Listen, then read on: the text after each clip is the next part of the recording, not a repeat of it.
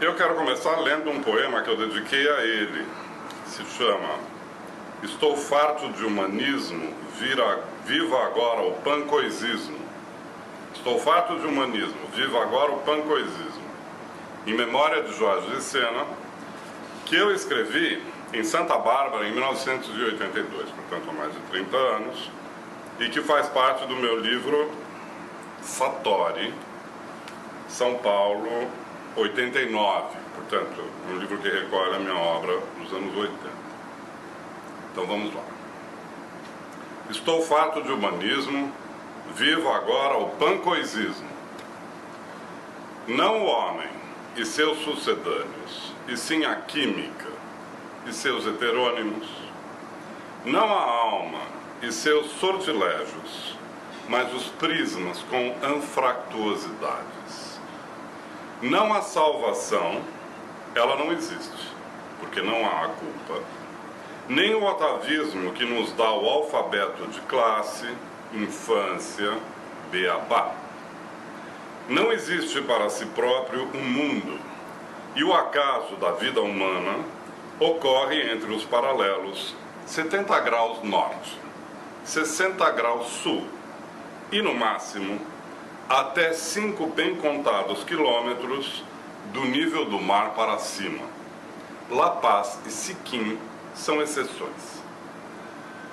O acaso da morte é rigorosamente igual, igualicíssimo, cher ami, tão circularmente mandálico quanto as argolas de Vishnu, penduradas em seu nariz adunco, em seus pulsos cor de cobre, em todo o seu corpo desfrutável, terrível, com o qual nenhum barão assinalado esteve, sentido bíblico, e com quem o português mandou São Francisco Xavier conversar.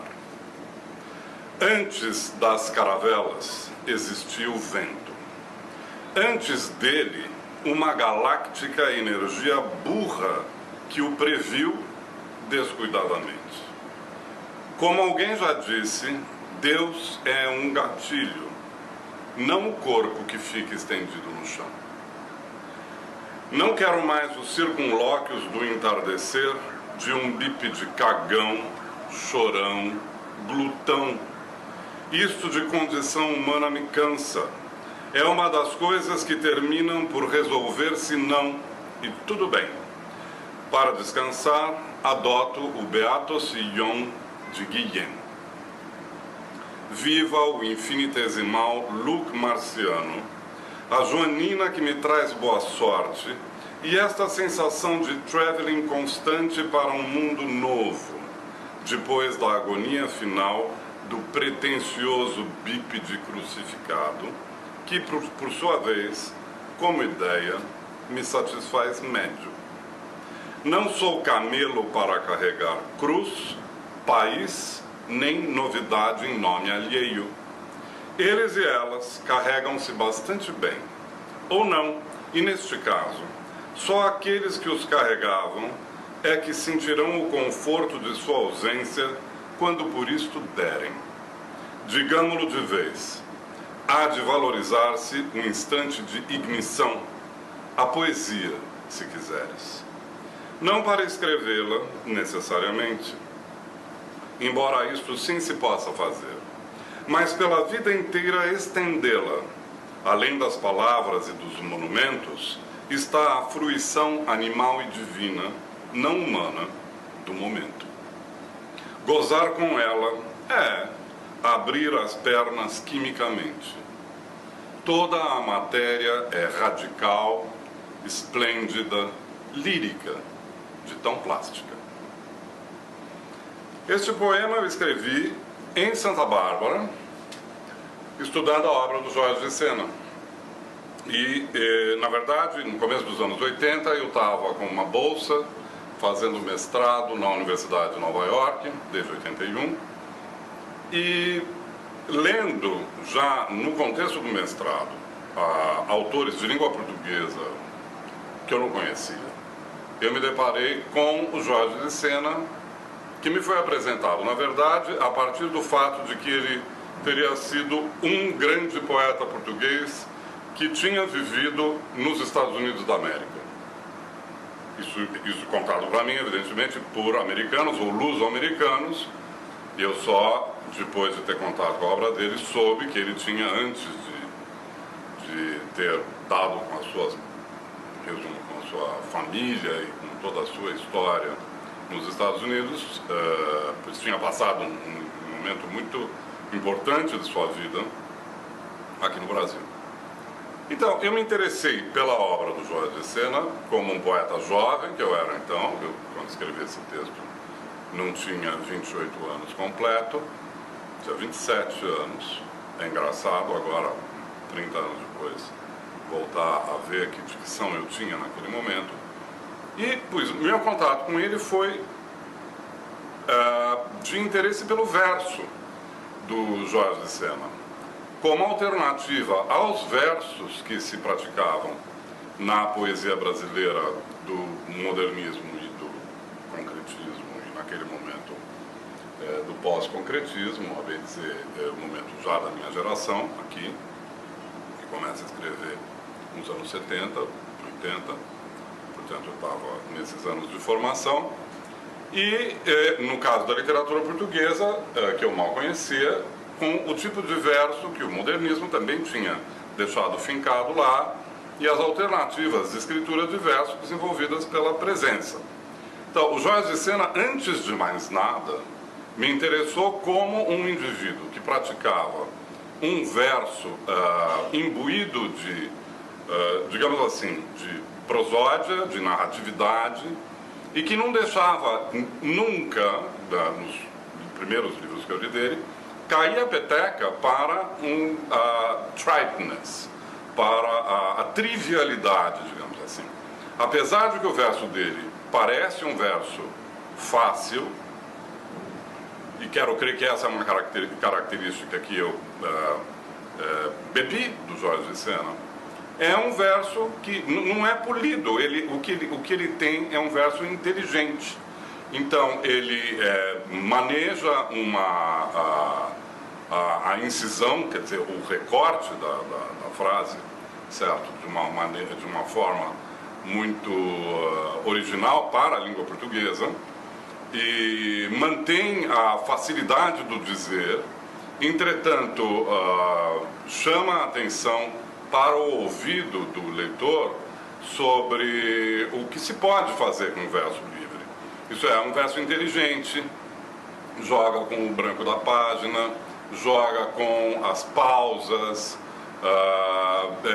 essa questão muito herdada do simbolismo, que é a musicalidade, é menos influente do que, digamos assim, o verso de espírito, o verso que é uma logopeia, tá? O pensamento inteligente é mais estruturante no verso do que a concessão a uma estesia que já tinha sido praticada, pois, até a exaustão em ambos cenários da poesia em língua portuguesa, tanto em Portugal quanto no Brasil. Então, eu cheguei ao Jorge de Sena e me candidatei a essa bolsa dada por aquele que tinha sido, então, o Jorge de Sena Center for Portuguese Studies da Universidade de Santa Bárbara, porque, na verdade, eu queria ler melhor o Jorge de Sena, devido a essa característica do verso. Não, só depois que eu fui me dar conta da pluralidade da obra do Jorge de Sena e dos seus diferentes, digamos, matizes ou os territórios que ele explorou. Portanto, eu quero deixar claro nesse depoimento que, para mim, antes de mais nada, o que houve com Jorge de Sena foi um encontro de verso que eu já estava tratando de praticar, de tipo de verso, com o modelo do verso do Jorge de Sena. E, nesse sentido, o livro dele, que eu primeiro li e que reli e depois sobre o qual eu escrevi, que é As Metamorfoses, certo? É, na obra do Jorge de Sena, aquele no qual me parece que essa questão da prosódia, uma espécie de prosódia inteligente, vamos chamar assim, por falta de uma explicação, uma designação técnica melhor, se dá de uma maneira mais clara. E também, naquele momento em que eu carregava como marca generacional a questão da herança do concretismo no Brasil, foi muito importante ter visto o que ele fez depois da passagem dele aqui, com a informação concreta, digamos assim, de experimentalismo e vanguarda como uma escola, certo? Nos 4 sonetos para Afrodite Anadyomene, que eu acho que são entre os poemas mais, como dizer, antologáveis da língua portuguesa no século XX. Aí sim ele investe no sentido da musicalidade, no sentido da busca da poesia em sua total plasticidade, mas evidentemente, como o texto o título está muito bem escolhido, a Afrodite Bunduda, certo? Que é a Afrodite Anadyomene. Então toda aquela festa de ritmos e de exceusidades para comemorar, para festejar o derrière da deusa, pois parece uma coisa maravilhosa e que provavelmente ele auriu na experiência muito liberadora do Brasil dos anos 60, que foi o Brasil que ele viveu.